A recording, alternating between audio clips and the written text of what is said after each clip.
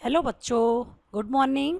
आज हम हिंदी कक्षा 4 पाठ 11 पिंजरे का शेर पढ़ेंगे। इस पाठ में चंद्रगुप्त मौर्य के जीवन के यानी बचपन की कहानी यहाँ बताई गई है। यह एक साहस कथा है।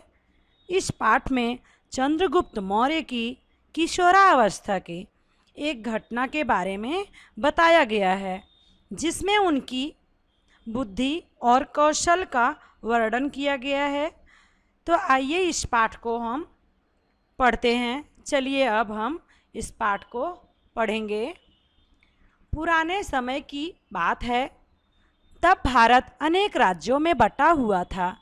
इन्हीं राज्यों में मगध राज्य सबसे शक्तिशाली समझा जाता था। भारत अनेक राज्यों में बटा हुआ था और इन्हीं राज्यों में से मगध एक राज्य मगध था, जो सबसे शक्तिशाली समझा जाता था। वहाँ के राजा का नाम महापद्नंद था। वहाँ के राजा का क्या नाम था? महापद्नंद था। एक दिन राजसभा लगी, यानी सभा की बैठक हुई। वातावरण विचित्र था। एक और कुछ व्यक्ति अलग खड़े थे। वे रोम के दूत थे। सभा भवन के बीचों बीच एक पिंजरा रखा हुआ था, जिसमें किसी धातु की बनी हुई एक शेर की प्रतिमा बंद थी, यानी प्रतिमा मीन्स मूर्ति बंद थी। राजसभा में बैठे सभी लोग उसी पिंजरे को की ओर देख रहे थे। थोड़ी देर बाद ही सम्राट महापद्नंद राजसभा में पधारे, यानी आए। उनके आते ही सारी सभा में चुप्पी छा गई, सन्नाटा छा गया। महामंत्री शकटार का संकेत पाकर विदेशी दूत ने आगे बढ़कर अपने राजा की ओर से लाते हुए बहुमूल्य उपहार सम्राट को भेंट किए। राजदूत ने कहा, महाराज, हमारे सम्राट ने एक उपहार और भी आपके लिए भेजा है। उसने लोहे के पिंजरे की ओर संकेत करते हुए कहा, वाह, यह शेर जो उपहार भेजा था, वाह यह शेर। हमने इस शेर को बंदी तो बना लिया है, पर कुछ बंधनों के कारण हम ना पिंजरा खोल सकते हैं और ना ही काट सकते हैं। पिंजरे को खोले या तोड़े बगैर ही शेर को पिंजरे से बाहर निकालना है। ऐसा तो मगध के सम्राट के प्रताप से ही संभव है। यह सुनते ही सम्राट ने मुस्कुराकर पहले पिंजरे की ओर देखा और फिर महामंत्री की ओर। सम्राट का संकेत पाकर महामंत्री ने राजसभा की घोषणा की, सभा में बैठे सभी व्यक्ति इस पिंजरे को देखे और बिना पिंजरा खोले या तोड़े शेर को बाहर निकाले। सभा में बैठे हुए सभी व्यक्ति पहले ही उस पिंजरे को देख चुके थे। अन्य लोगों ने भी आगे बढ़कर पिंजरे का निरीक्षण किया, यानी जांच किया। फिर सभी व्यक्ति अपने अपने स्थानों पर बैठ गए। उन्होंने पिंजरे का निरीक्षण किया, जांच किया। इसके बाद फिर अपनी अपनी जगह पर बैठ गए। सभा में बहुत देर तक फुसफुसाहट यानी बड़बड़ाहट चलती रही, पर कोई भी व्यक्ति इस कार्य के लिए नहीं उठा, कोई तैयार नहीं हुआ। शेर को कौन बाहर निकाल सकता है? साहस सम्राट ने गुस्से में कहा। सभा में फिर कुछ हलचल हुई। सभी लोग एक दूसरे की ओर देख रहे थे।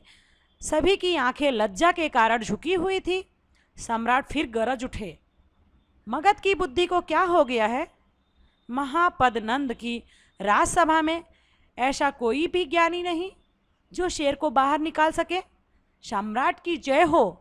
तभी वहां पर एक आवाज आई। सम्राट और राजसभा में बैठे सभी व्यक्तियों की दृष्टि सम्राट की जय बोलने वाले 15-16 वर्ष के किशोर पर पड़ी। मुझे आज्ञा दीजिए सम्राट। किशोर ने सिर झुका कर कहा, आज्ञा है, परंतु यदि तुम असफल रहे तो तुम्हें मृत्युदंड दे दिया जाएगा। सम्राट ने घोषणा की। उस किशोर के चेहरे पर इन कठोर शब्दों का कोई प्रभाव नहीं हुआ। वह निडर होकर लंबे लंबे डंग भरता हुआ पिंजरे के पास पहुंच गया, यानी लंबे लंबे कदम बढ़ाता हुआ पिंजरे के पास गया। कुछ देर सोचने के बाद उसने कहा, पिंजरे को पानी में डुबा दिया जाए। महामंत्री ने कुछ नौकरों को ऐसा करने का आदेश दिया। पिंजरे को पानी में बड़े टब में डुबा दिया गया। किशोर को के कहने पर पिंजरे को फिर पानी से बाहर निकाल लिया गया। सभी लोग एकटक किशोर की ओर देख रहे थे, किंतु वह किशोर बड़े ध्यान से उस पिंजरे में बंदी शेर को देख रहा था। उसकी निर्भीक दृष्टि में धीरे धीरे विश्वास की चमक उभर उठी। उसने सहसा आज्ञा दी, इस पिंजरे के चारों ओर आग जलाने का प्रबंध किया जाए। किशोर ने क्या कहा? पिंजरे के चारों तरफ आग लगाने का प्रबंध किया जाए। किशोर की आज्ञा पाते ही नौकरों ने पिंजरे के चारों ओर आग लगा दी। सभा में सन्नाटा छा गया। सभा की सांसें रुक सी गई। हर व्यक्ति एकटक पिंजरे की ओर देख रहा था। किशोर भी अपलक मतलब बिना पलक झुके हुए दृष्टि से उस शेर को घूर रहा था। सहसा उसने देखा शेर की मूर्ति के माथे पर धीरे धीरे गीली सी चमक उभरी और देखते ही देखते पिघलती हुई चांदी की सी बूंदें धरती पर आ गिरी। किशोर ने मुस्कुराते हुए कहा, वह देखिए महामंत्री। महामंत्री ने भी उस ओर ध्यान से देखा। अब उसकी समझ में कुछ नहीं आ रहा था। वह समझ गया, वह शेर सीसा धातु का बना हुआ है। शेर सीसा धातु का बना हुआ है, इसी कारण थोड़ी सी गर्मी से पिघलने लगा है। लोहे का पिंजरा ज्यों का त्यों ही पड़ा था। देखते ही देखते पिंजरे का शेर पिघलकर धरती पर फैल गया। किशोर ने सम्राट के आगे सिर झुकाकर कहा, महाराज, शेर पिंजरे से बाहर आ गया है। सम्राट ने गर्व से दूत की ओर देखते हुए कहा, दूत, अपने राजा से कहना कि हमारे प्रताप के कारण शेर पिघलकर बाहर आ गया है। यह शेर केवल पिंजरे का शेर था, पिंजरे के बिना उसका कोई अस्तित्व नहीं। फिर महामंत्री को आदेश दिया, इस किशोर को पुरस्कार दिया जाए। इतना कहकर सम्राट उठकर चले गए। सभा में कोलाहल समझ गया। बड़ा होने पर वह किशोर चंद्रगुप्त मौर्य के नाम से प्रसिद्ध हुआ। तो आइए हम कुछ कठिन शब्दों को देखेंगे। सम्राट यानी राजा।